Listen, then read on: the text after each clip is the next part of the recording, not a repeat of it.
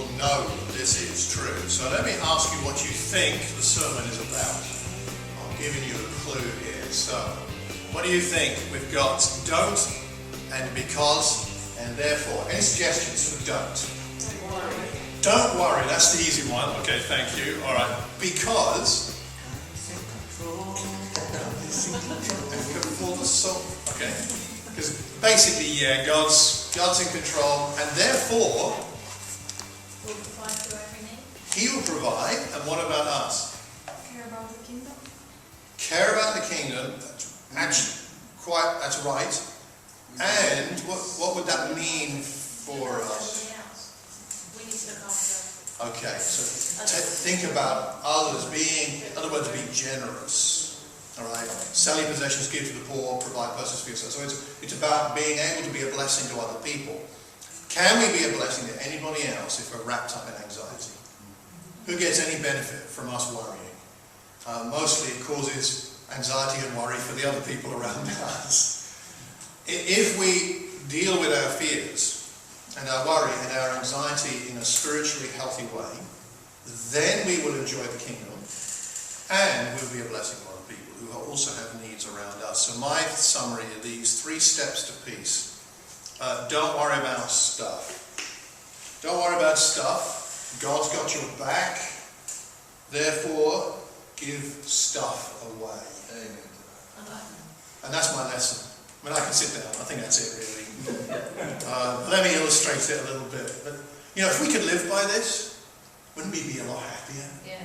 Wouldn't we have a better impact on the people around us if we could just not worry about stuff, trust that God's got our back, and give stuff away.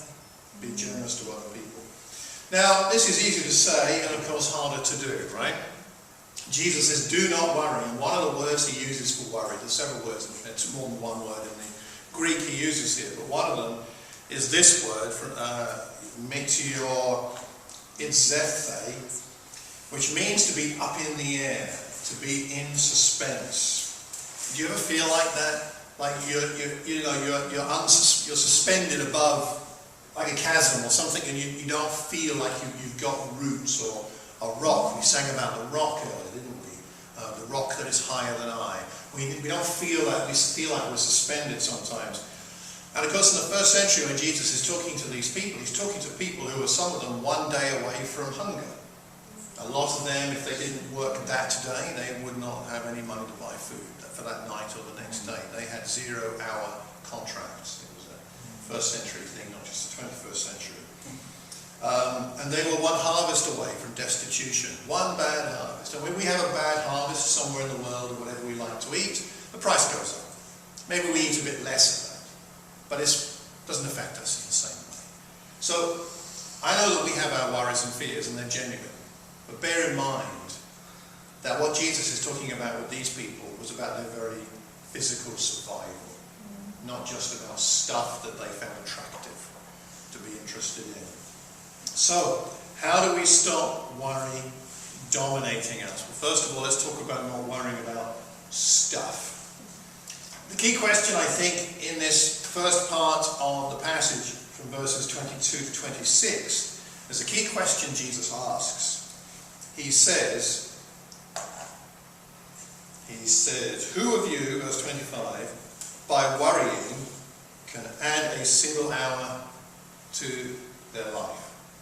Who of you by worrying can add a single hour to your life? This is the question he asks. If you cannot do this very little thing, why do you worry about the rest? I'm not so sure about it being little. I think that's cheese. I don't know if there's a sense of humour in that. A little thing to add an hour to my life. Okay, I don't know. But Jesus regarded, I suppose, as the creator of all that there is, including time. For him, it's little. We would think that really hard, but he says that's even a little thing. You can't do that. Why worry about all these other things you have no control over? I think is what he's talking about. I think he's talking about being aware of our limitations. Are we conscious and sober and humble about our limitations? Penny and I, this week, went away for 3 days. We went on a walking holiday. Penny booked it. It was lovely. It was our anniversary is next week, and this was kind of our anniversary thing. And so we did some of the Thames path. The Thames path is 180 miles, I think it is, from the the Thames barrier all the way up to the beginning of where the Thames begins up in Oxfordshire. And we talked about doing the whole walk at some point, in bits, so we thought we'd do the first bit. And so we took the train down to Charlton, walked to the Thames barrier, and then walked along the Thames for 3 days, with just what we could carry on our backs. It was very freeing, a little nerve-wracking. Mind you, having an Oyster card and a credit card took some of the anxiety.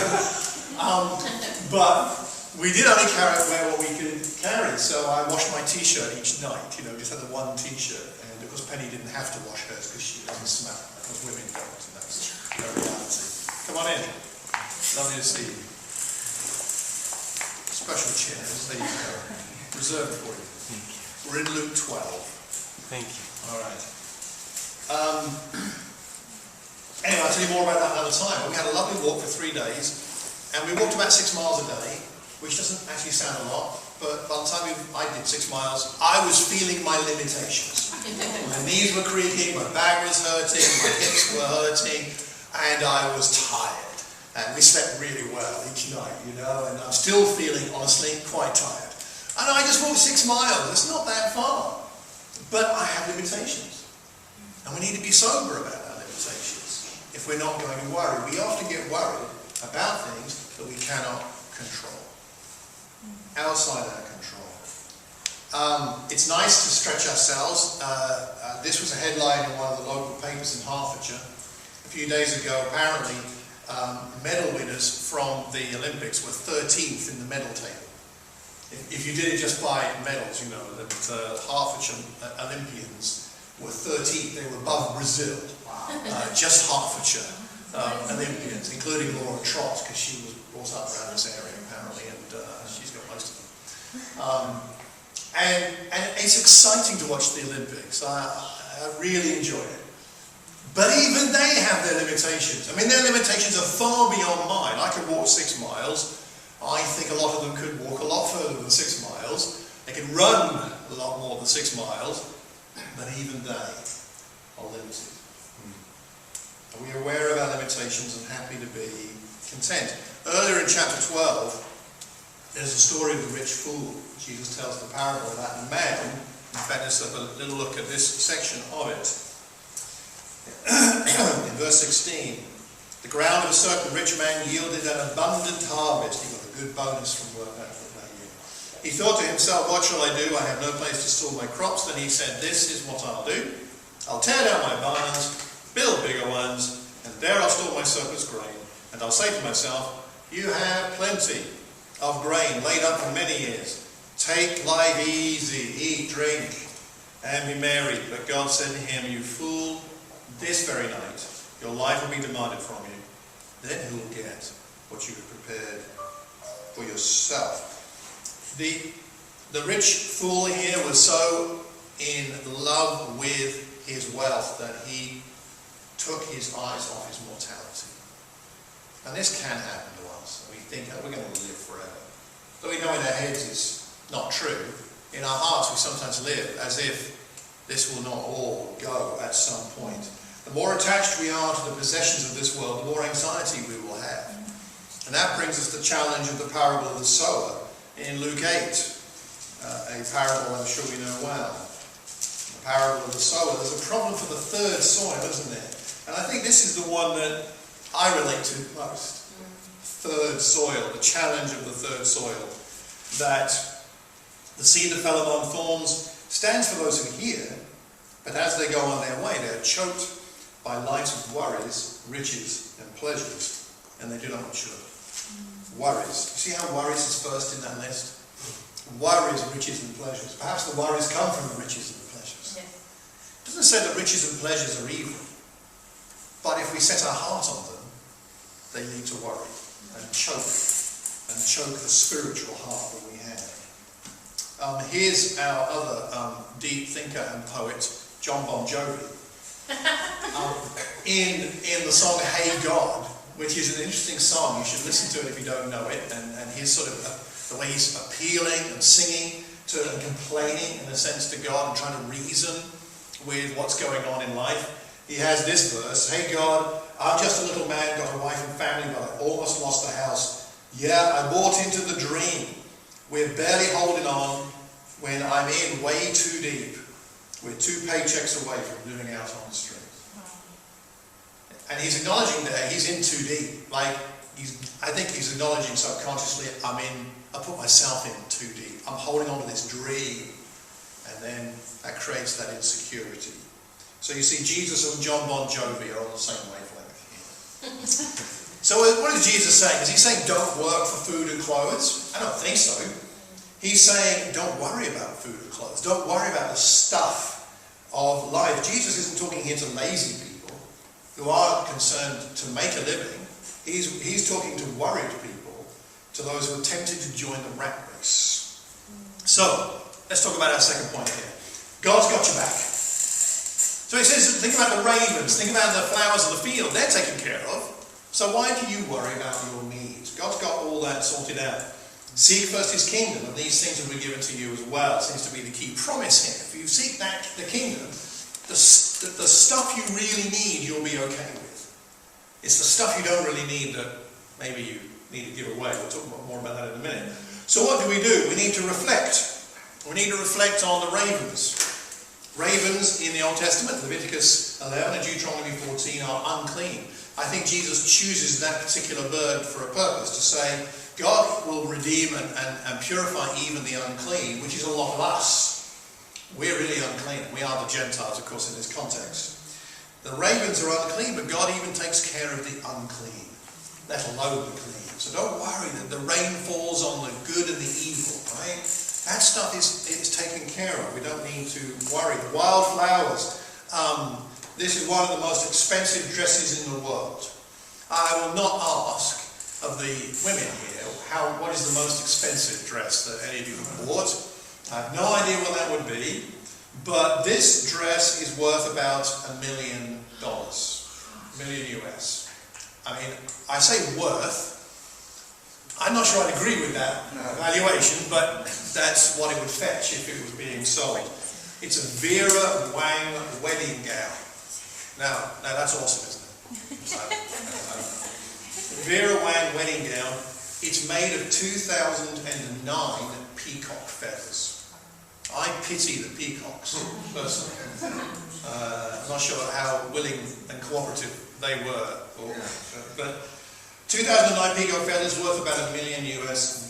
That's an expensive dress. And Jesus says, the flowers you see in the field that are uncultivated, I think is what he's talking about here, just wild flowers that just happen to grow somewhere, are worth more. And they're taken care of. And you are worth more than the birds, and you are worth more than the flowers. You're more valuable. God will take care of you. You're worth more than that dress to God. You're in fact priceless to him. So what do? I think we heed the words of Luke 11, where Jesus said in that prayer, teaching on prayer, he said, give us our daily bread. Or give us today's bread. It might be a more accurate translation. Just give me what I need today. Just today. And I'll be content. Can we say that? We pray that in the morning, honestly. God, just give me what I need today and I'll be happy. What I need, not what I want, not what I hope for, but what I really is, and I'll be happy. I think that's one of our challenges in our devotional times as we pray in the morning before going out to work, or perhaps on the way to work, or whenever we get a chance to pray, is that prayer is very challenging. Just, God, give me enough for today and give me the right heart to be content with just what I need for today. How much better we might deal with the anxieties we have if that was a consistent prayer, if we prayed every day. We don't need extra stuff. How many fewer fights would there be? How many fewer divorces? How many fewer abused children? How many fewer heart attacks might there be if we could just all pray? If the whole world would pray and be content with just what we need instead of what we think we need. God will provide. We are valuable. You see the way that Jesus changes from God to Father. He changes the word here from God to Father. He changes part way through here. It talks about God, and then in verse 30, your Father knows you need these things. In verse 32, do not be afraid, little flock, for your Father has been pleased to give you the kingdom. So he's saying God is connected with you personally. It's not just God as a concept. He really knows what you need. And in fact, what you need might be different from what I need, but God knows that. The Father knows that because he's our Father. So this is the relationship we have with Father God, is one who knows what we need and has promised to help us out. I like this quote from N.T. Wright from his commentary on this passage. Reflecting on the birds and the flowers isn't meant to encourage a kind of romantic nature mysticism, but to stimulate serious understanding. God, the Creator, loves to give good gifts, loves to give you the kingdom, loves, that is, to bring his sovereign care and rescue right to your own door. Right to your own door. God coming to us, Father coming to us to meet our needs. Therefore, we need to be careful what we're running after. He says, don't run after the stuff like the pagans do. Instead, seek the kingdom. You know, running is rather exhausting. At least I find it to be so. Usain Bolt is an amazing runner. And he is pretty exhausted after running 100 meters. It's not the distance, it's the effort he's putting in, right? It's the speed. Whereas Mo Farah, amazing athlete again, 5,000 meters, 10,000 meters, he also looks pretty exhausted.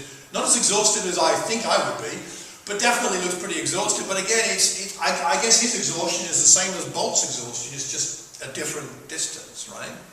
The thing about it is, it's okay in life to be tired. I think that's okay. Christians are often tired. The world, wasn't someone said, the world is run by tired men, tired women too, I think. So that it's okay to be tired. I think it's not okay to be exhausted. That's kind of, you can't go on any further. I don't know what Usain Bolt's maximum distance is at that speed, but it's not much further than 100 meters, right? I don't know what Mo Farah's possibilities are beyond 10,000 meters, but at that speed is not much further, right? He's exhausted at the end. It means he can't continue.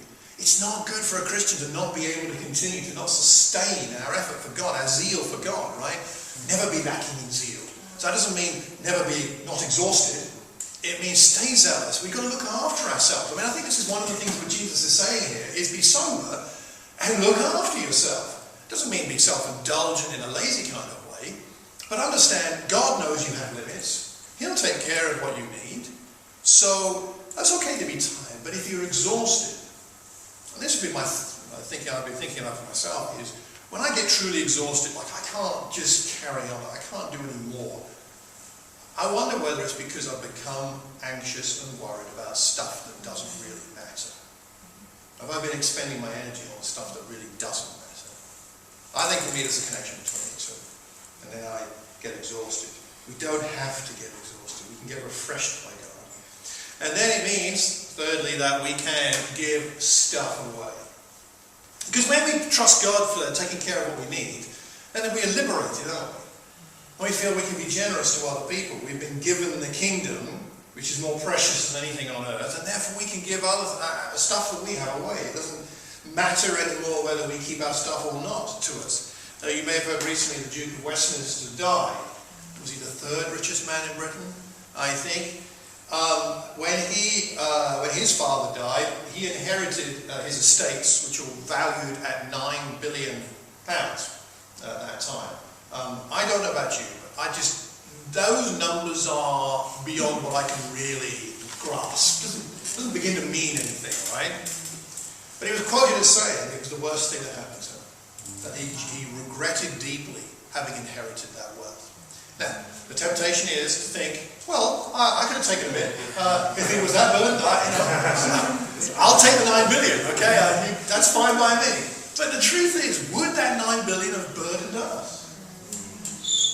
How much anxiety might it have caused us? I'm not having a go at the Duke of Westminster. I didn't know him as a person. It's not about that. It's about understanding for ourselves that we have something much more precious than 9 billion. We've got the kingdom. My goodness. We've been invited into the kingdom. We've been given what we need. And it cannot be taken away. No moth, no thief.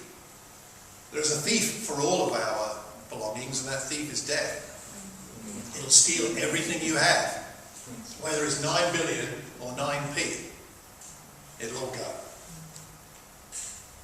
So, We have something much more valuable. And it's safe and secure. God's got our soul, our heart, our future life, our being, whatever it is in the next world. He's got that safe. Safety is a big deal. We like to feel safe. I like these, one of the treasures of these safe, I like these quotes from some security firms.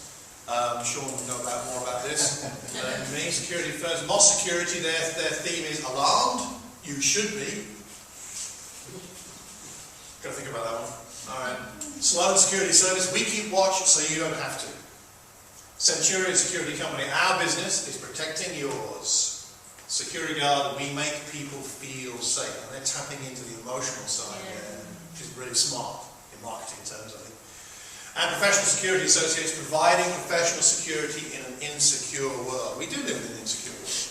We do. We don't know what's coming around the corner.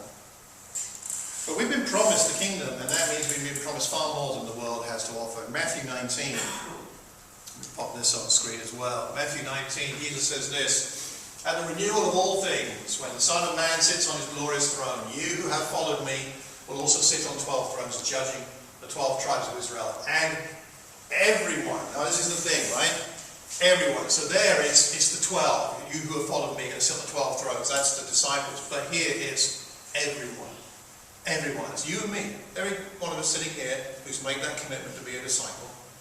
Everyone who has left home, houses, or brothers, or sisters, or father, or mother, or wife, or children, or fields, for my sake will receive 100 times as much and will inherit eternal life. Many who are first will be last, and many who are last will be first. I think that's referring back to that third soil, maybe. We inherit 100 times as much. Who's got 5p? Who's got a 5p piece? Anybody got a 5p piece? I got something I want to exchange with you. You've got a 5p piece. Got a 5p piece. 5p piece? Okay. Okay. So I have an offer for you. Right? This is a £5 note. And it's 100 times worth more than your 5p piece. Would you like to trade? You should. I mean, that's a nice shiny 5p piece. It looks really shiny, it looks really nice. You obviously love it. It's been in your purse, it's been in your possession. This is a stranger. You don't know this one. I mean, who knows what it may bring you or where it's been? I don't know. It came out of my wife's purse, not mine. I have to say. Are you sure you want to trade? You see, now that's interesting, isn't it? Doesn't feel equal. But I'm going to do it. I'm going to trade you. Thank you very much. Hang on. Excellent. I like shiny things. Very good. Who would... Unfortunately, that's the limit of my...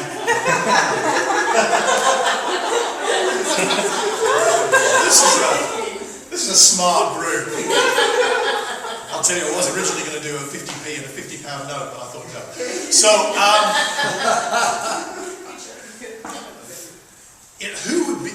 who would not trade 5p for £5? That'd be stupid. We think that was idiotic. Who of us here would not trade what we have for the kingdom, or for eternal life, for the promises of Jesus, for true peace? Why hold on to our anxieties and worries and fears when true peace and true joy and true treasure is available? What are you holding on to? Are you holding on to any fears that are preventing you from inheriting what God has promised and offers us today? Isn't it joyful to be able to give to other people? But we can only give when we've received. When we have received, then we give. Provide purses for yourself. Sell your possessions and give to the poor. He says, it doesn't say sell everything, but sell some possessions. Give some stuff away. Our neighbours were giving some things away. They were having a clear out. And they gave away a table and chairs, which we put in my car yesterday and took round to my children's house where they live, because they haven't got any furniture. They were so happy. Just an old table and chairs. But they're so happy. We're happy, they're happy, and our neighbours are happy. They were excited giving the stuff away. Penny's got some lettuces here to give away. Did you give anyone already? I've got one. You got one? Okay. Yeah, we got a lot of lettuce growing in our garden. It looks really nice. You got one? Yeah. Okay. And actually we got a lot more letters. If anybody wants to come round, there's a lot of letters. And I like letters, but there's just a lot of it. So, but there's a joy in that growing and giving. And here's my final thought, and if you like, a challenge. What's the most difficult thing for you to give away at the moment that's important to you? What sort of thing in life is hard to give away? I'm not talking here necessarily so much about a specific possession, but that could be the case. But more, what resources do you have that you find hard to part with? And I'm going to suggest, at least for me, and maybe for many of us, the hardest thing for me to give away is time. I feel very time pressured in my life. I feel like I don't have enough. God, give me more time! I don't have enough hours in the day. I feel that. And I'm sure we're, a lot of us here, we've got children, we've got jobs, we've got, there's a lot going on. So I would suggest that the most important thing we could give away is time. Time to other people. And the lettuce that you've received actually is not really a lettuce. It's actually Penny's time. Yeah. Invested in growing and then giving it away. A phone call. One phone call. If you have time for one to encourage somebody. One text message, one WhatsApp, one email, I don't know, the whole list of things, right? One thing. One coffee, one lunch, one dinner, one walk together with somebody, one prayer with somebody, perhaps over the phone if we can't meet up. I've done that a few times with people. What could we give? What little bit of time? And I think to God, you see, it doesn't matter. It might be 5 minutes. But your 5 minutes of your time is equal to 2 hours of somebody else's time, even if you only have 5 minutes. That's precious. And that's you giving away something that's a scarce resource. And I think God will be very, very excited about that. What a difference we can make with just giving away a little bit of our stuff. So don't worry about stuff. God's got your back. So give some stuff away. And you all have treasure in heaven. We're going to finish with this verse in Romans 8. And then we're going to take bread and wine together, because we'll take communion now, and that will refresh us, I believe, because it reminds us of what God has given us. And when we remember what God has given us, it's so much easier to give to other people. I love this passage in Romans 8, because it puts together what Jesus has done for us. And very refreshing. Romans 8 verse 32. He who did not spare his own son, but gave him up for us all, how will he not also along with him graciously give us all things? Who will bring any charge against those whom God has chosen? It is God who justifies. Who then is the one who condemns? No one. Christ Jesus, who died, more than that, who was raised to life, is at the right hand of God, and is also interceding for us. He's interceding for us to help us not to be worried, not to be anxious, not to be afraid, but to give away stuff to others, as Christ has done for us, so we do then for others. Let's pray together.